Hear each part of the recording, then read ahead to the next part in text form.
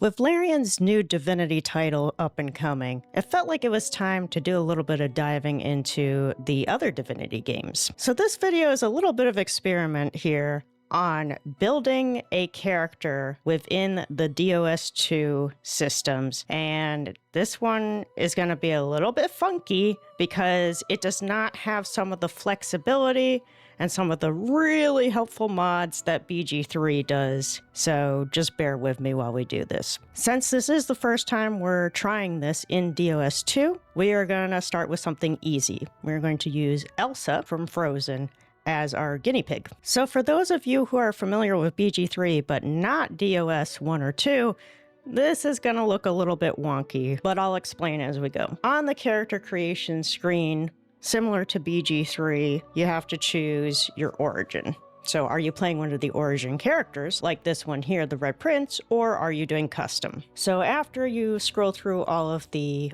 origin characters, you get to the custom ones. For Elsa, we are going to do a human. Switch that over to female. You'll see that from the race, which they're just calling background here, you get a couple traits.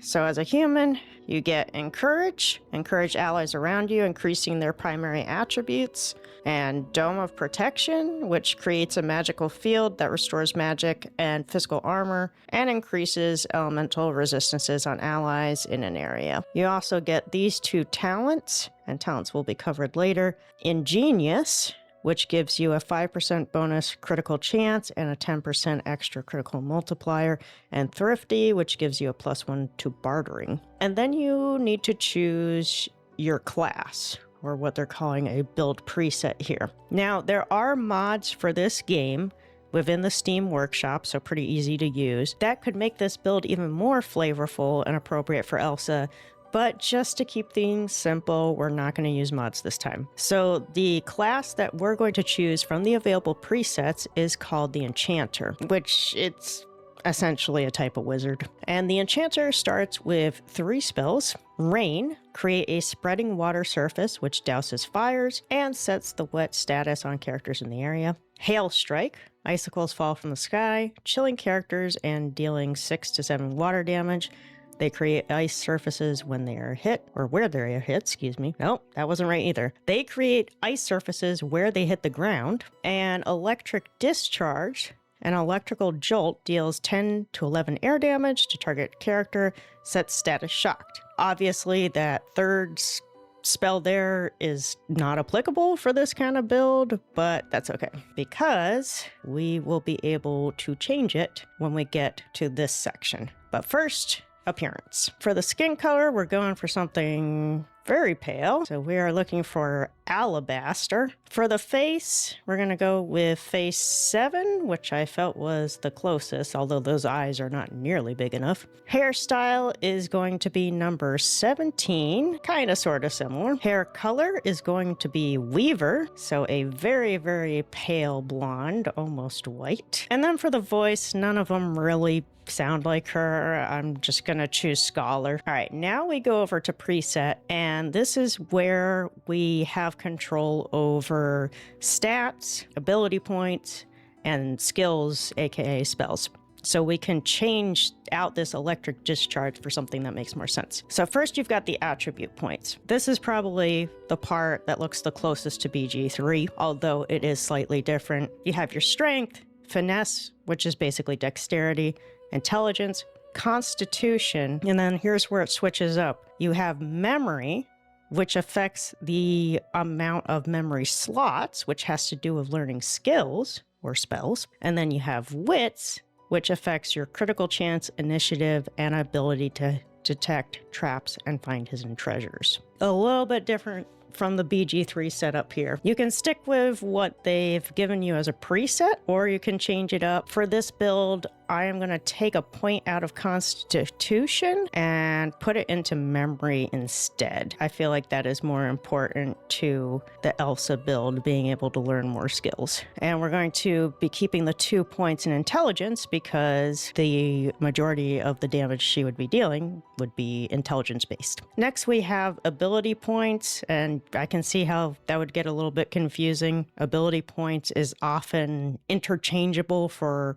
stats or for attributes, but in this game, abilities are a separate piece. So you have two categories. You have your combat abilities and your civil abilities. I like to think of them as skills, and then think of this, what is actually called skills, as spells. Sorry if that gets confusing. So for the combat abilities, we definitely want Hydrosophist because that's all about water damage. It also has to deal with healing and magic armor restoration. So we're going to take the point out of Airthurge, which has to do with air damage. We don't need that. And put it into Hydrosophist. And then under civil abilities, we're going to take the point out of Lore Master and instead put it into telekinesis, since we do see some displays of telekinetic-like power from Elsa, at least when she's working within her element. And then your skills or spells, we're going to keep these first two, Rain and Hailstrike. I think they're fine. And then for the last one, our choices are Restoration or Armor of Frost.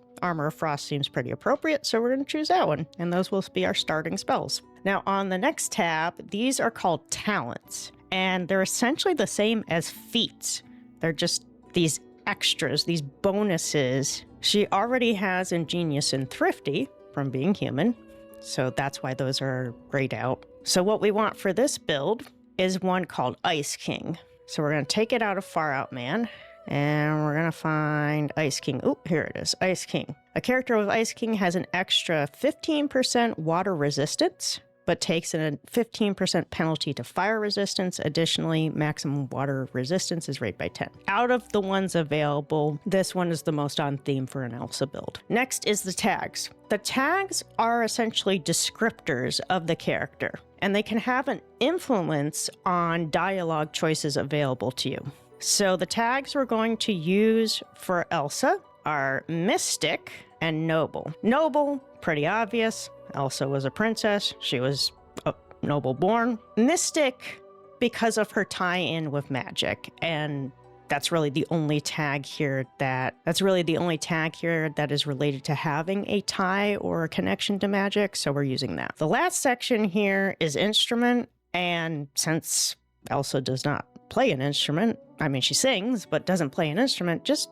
choose whichever one you like. So that is the entirety of character creation in DOS 2. The difficulty from here is that there is no mod like there is in BG3 to just level all the levels up at once and then show you the build from start to finish. And believe me, I looked for one. The other difficulty is that DOS 2 has a different leveling system and level cap, and most people never reach the level cap. The typical player will reach level 20, somewhere around there. Beyond that is kind of unlikely. By level 20, you will have earned 41 attribute points, 21 combat points, 6 civil points, and 5 talent points. And just so you know, those numbers include what you received at character creation. Each attribute maxes out at 40 points, combat skills max out at 10 points, and civil skills max out at 5 points. Now there is a magic mirror that you will get access to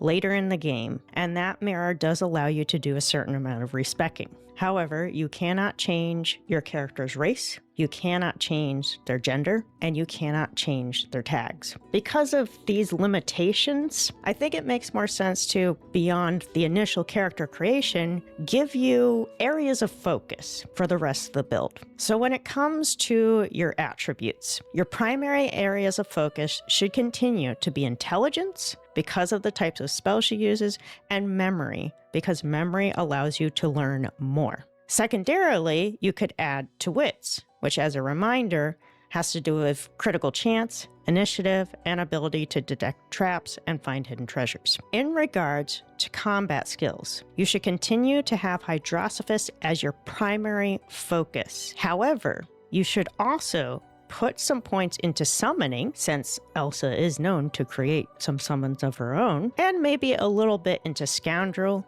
because it increases movement speed. For your civil skills, keep telekinesis as your primary, and then your secondary can be Lore Master, really just because of its functionality. It identifies enemies and items. For the talents, here are the ones that I would take. Elemental Affinity, which lowers the action point cost of spells by 1 when standing in a surface of the same element.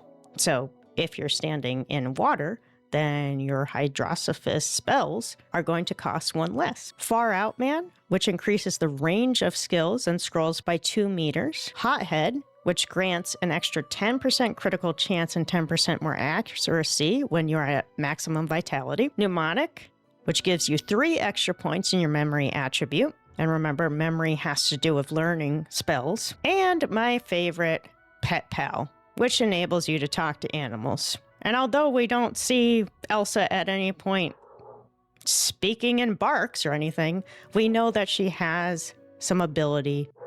Speaking of barks, we know that she has some ability to be able to communicate with certain animals through that magical connection.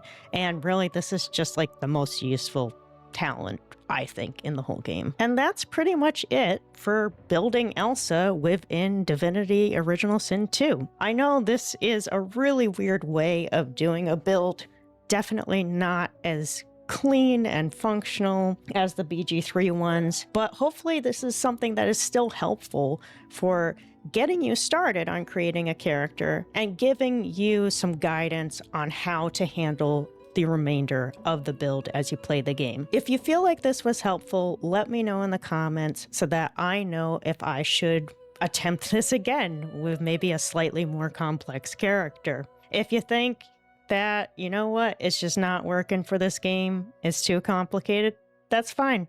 Let me know in the comments as well. Either way is helpful to me. And if you haven't already, please consider becoming a member of the channel. Your support means a lot to us and helps us continue to do content, and we are working hard to revamp the membership so that it is of much more value to you. Thanks for watching.